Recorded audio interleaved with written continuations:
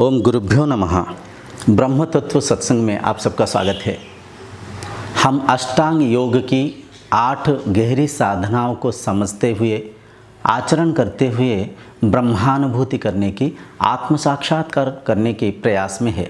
इस प्रयास में पहले वीडियो में हम अष्टांग योग की 8 साधनाओं की परिचय को प्राप्त कर रखे थे। अगर आप नहीं देखे होंगे तो कृपया विधिवत सबसे पहले इंट्रोडक्शन ऑफ अष्टांग योगा इस पहले वीडियो को देखिए, उसके बाद में इस वीडियो को देखिए, ताकि आपको वीडियो को समझना, इन गहरी बातों को समझना सरल हो जाएगा।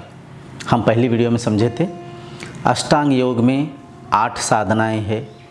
यम, नियम, आसन, प्राणायाम, प्रत्याहार, धारणा, ध्यान, समाधि। हम ईश्वर को कई रंग रूप में मान रखे हैं, परंतु वेद कहता है, शास्त्र कहता है, अयम आत्म ब्रह्म, मैं ही आत्म ब्रह्म हूँ।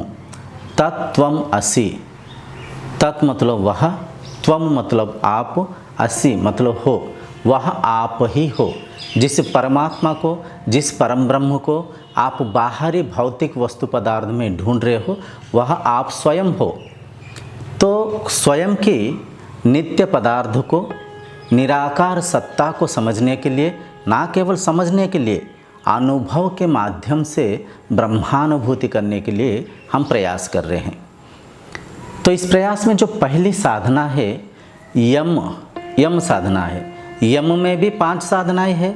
उन 5 साधनाओं में से सबसे पहली साधना अहिंसा है। अहिंसा मतलब क्या? हिंसा नहीं करना। किसी भी प्राणी के प्रति मनसा, वाचा, कर्मणा, इन 3 अवस्था में भी हिंसा नहीं करना चाहिए। मन में किसी के बुराई चाहना नहीं चाहिए, बुरा चिंतन करना नहीं चाहिए। किसी दूसरे को तकलीफ पहुंचाने वाले विचारधारा को भी मन में चिंतन नहीं करना चाहिए। मनसा, वाचा मतलब वाक्य से, कटु वचन कहते हुए किसी के मन को दुखाना नहीं चाहिए। कर्मणा, कर्म के माध्यम से भी किसी जीव को हिंसा नहीं करना चाहिए। मतलब आपके प्रयास ऐसे होना चाहिए, आपके द्वारा कोई दूसरे को तकलीफ ना पहुँचे, आपके माध्यम से किसी अन्य को दुख ना पहुँचे, पीड़ा ना पहुँचे। ये है अहिंसा। अहिंसो परमो धर्मम। अहिंसा परम धर्म है। हम जो धर्म को विभिन्न व्याख्या देते हुए समझने के प्रयत्न करते हैं, अहिंसा ही परम धर्म है। इस संसार को जितना भी उच्च कोटि के साधक आए हैं, भगवान महावीर, भगवान बुद्ध, रामकृष्ण परमहंस, स्वामी विवेकानंद, भगवान आदिगुरु शंकराचार्य, जितने भी उच्च कोटि के साधक इस संसार को मार्गदर्शन करने के लिए आए हैं, सबके मुंह से पहली बात यही निकलता है, अहिंसा। अहिंसो परमो धर्मम। हिंसा नहीं करना चाहिए। आप फूल, फल, भेंट, कोई दक्षिणा को भगवान के पास ना देने से भी चलेगा। आप मंदिर, मस्जिद, चर्च, गिरजा ना जाने से भी चलेगा। परंतु अगर आप नॉनवेज खाना छोड़ देंगे, मांसाहार को छोड़ देंगे, तो साधना में बहुत बड़ा साधना को आप आचरण किए हैं। समझ में आ रहा है? हर एक जीव को इस संसार में जीने की अधिकार है। हर एक जीव को, हर एक प्राणी को इस संसार में जिंदा रहने की मौलिक अधिकार है। समझ में आ रहा है? तो किसी जीव को मारना नहीं चाहिए। अन्न के लालसा में, स्वाद के बंधन में बंधकर किसी जीव हत्या नहीं करना चाहिए। ये पहली साधना है। पहली साधना अहिंसा है। क्योंकि इस बात को हम पिछले केनो उपनिषद में भी इसके बारे में चर्चा करके समझे थे, और मांडुक्य उपनिषद में भी इसका वर्णन है। सर्वम हेतद ब्रह्म, अयमात्म ब्रह्म। मतलब सर्वम हेतद ब्रह्म मतलब सब कुछ ब्रह्म ही है।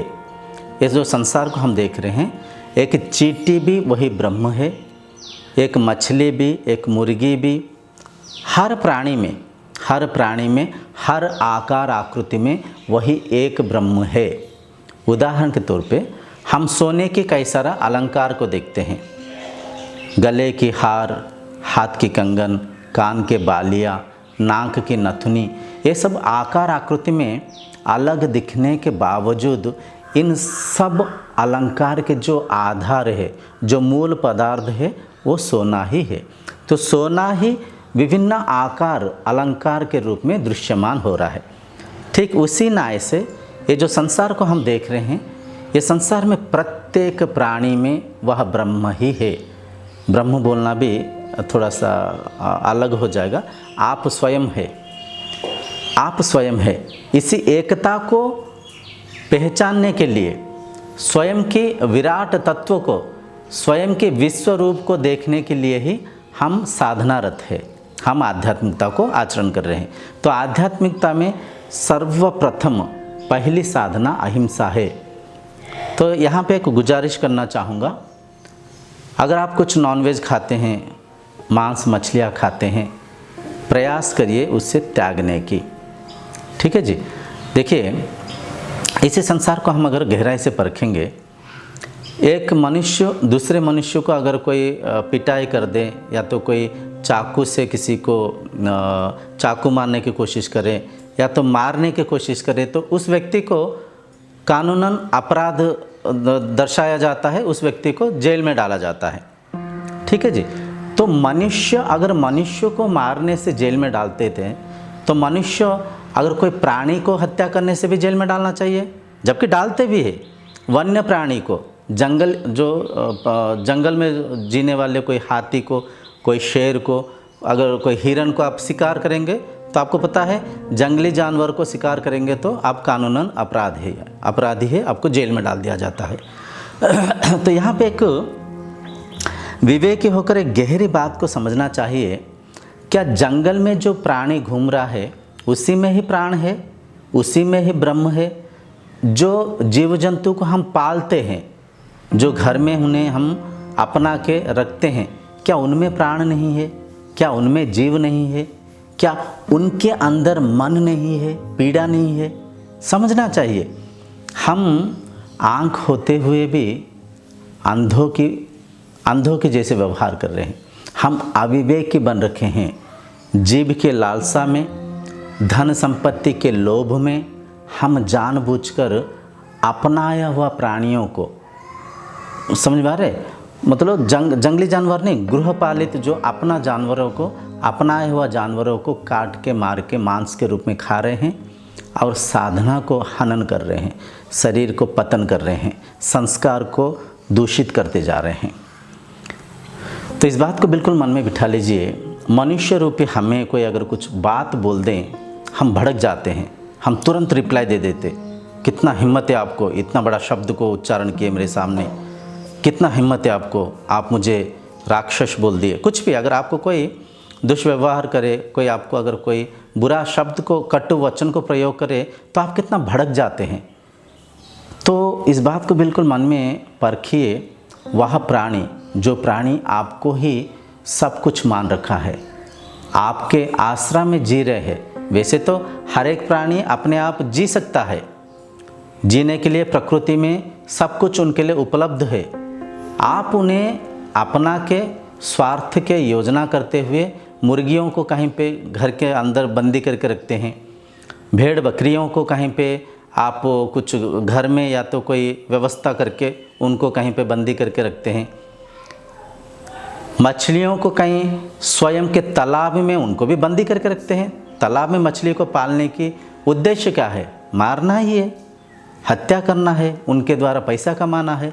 तो वो प्राणी देखिए, उस प्राणी के पास भाषा नहीं है, वो प्राणी आपको बता भी नहीं पा रहे। एक बकरी के सामने ही बकरी को काटते रहते हैं, मुर्गी के सामने ही मुर्गी को मारते रहते, काटते रहते हैं। जो मुर्गी जीवित है वो उस मरने वाला मुर्गी को देखते हुए तड़पता है, कांप उठता है भय से, परंतु उसके पास भाषा नहीं है।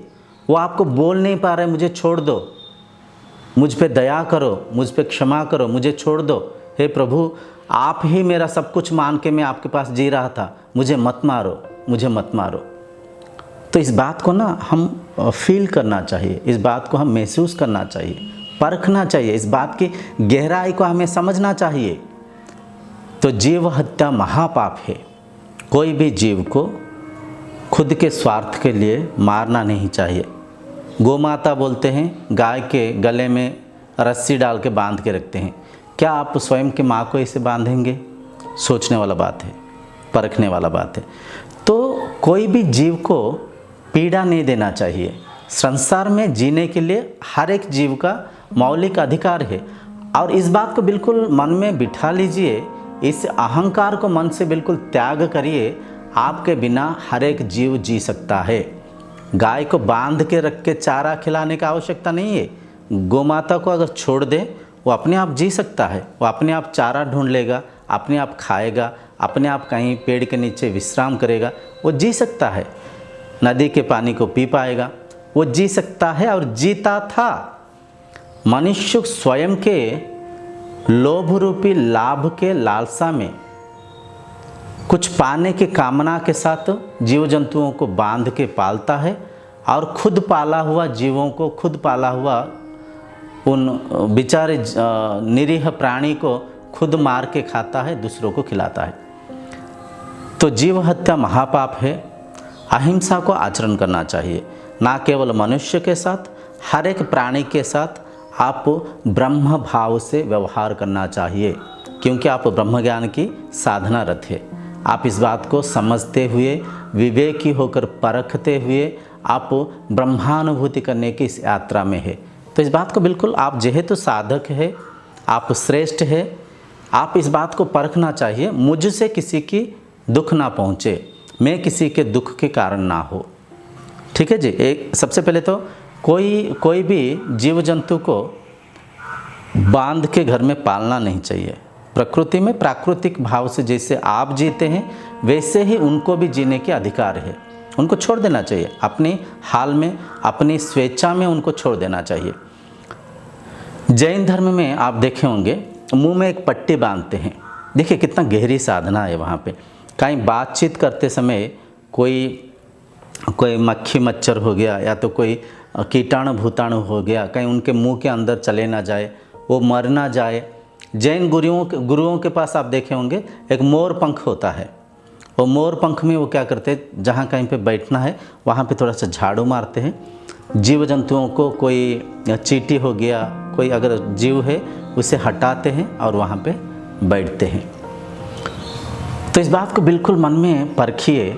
अगर संसार हर एक प्राणी, इस संसार में जो भी मनुष्य हो गया, कोई श्रेष्ठ जीवी हो गया, कोई बुद्धिमान साइंटिस्ट हो गया, या तो धनी व्यक्ति हो गया, गरीब व्यक्ति हो गया, हम सब एक दूसरे के प्रति अगर स्नेह रखें, श्रद्धा रखें, अहिंसा भाव रखें, संसार कितना आनंदित हो जाएगा।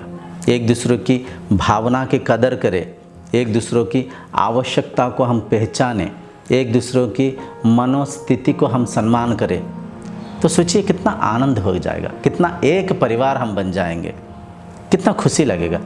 तो जब भी आप जीव हिंसा करते हैं, मन में क्रूर स्वभाव जागृत होता है, संस्कार दूषित हो जाता है, मन दैत्य स्वरूप मतलब राक्षस स्वरूप बन जाता है।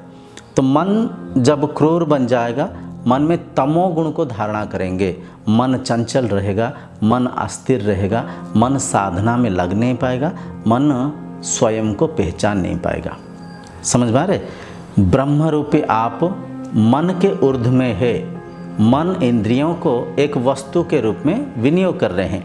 केनो उपनिषद की 5वीं मंत्र याद होगा आपको, यन मनसा नामनुते एनाहुर्मनोमतं तदेव ब्रह्मत्वं विद्धि नेदम एदितम उपास्यते।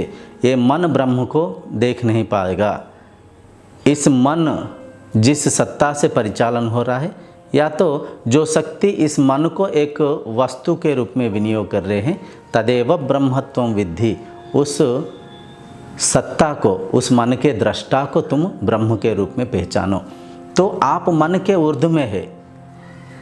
मन को जब शांत करेंगे, मन को जब सात्विक करेंगे, तभी सत्वगुणी मन ही साधना में लग पाएगा, सत्संग को समझ पाएगा, स्वयं के ब्रह्म तत्व को पहचान पाएगा। तो ये संभव कैसे हुआ? अहिंसा से। अहिंसा परमो धर्म है। तो आज के इस चर्चा के निष्कर्ष ये है, जीव हत्या नहीं करना चाहिए। मन से, वचन से, कर्म से किसी का भी दुख नहीं पहुंचाना चाहिए। अहिंसा आचरण करना चाहिए। तो इस पहली साधना को व्यवहार के रूप में आप थोड़ा थोड़ा आज से आचरण करिए। धीरे धीरे समय आएगा, आप देखेंगे अहिंसा साधना से कितना शांति मिलता है, कितना आनंद मिलता है। तालाब में कोई मछली को देखते ही अगर आपके मन में खाने की लालसा उत्पन्न हुआ तो मछली के प्रति जो सकाम दुर्गुण उत्पन्न हुआ उससे मन चंचल होगा। काश मछली मिल जाता, इतना बड़ा मछली है, पका के खाने से कितना स्वाद आएगा।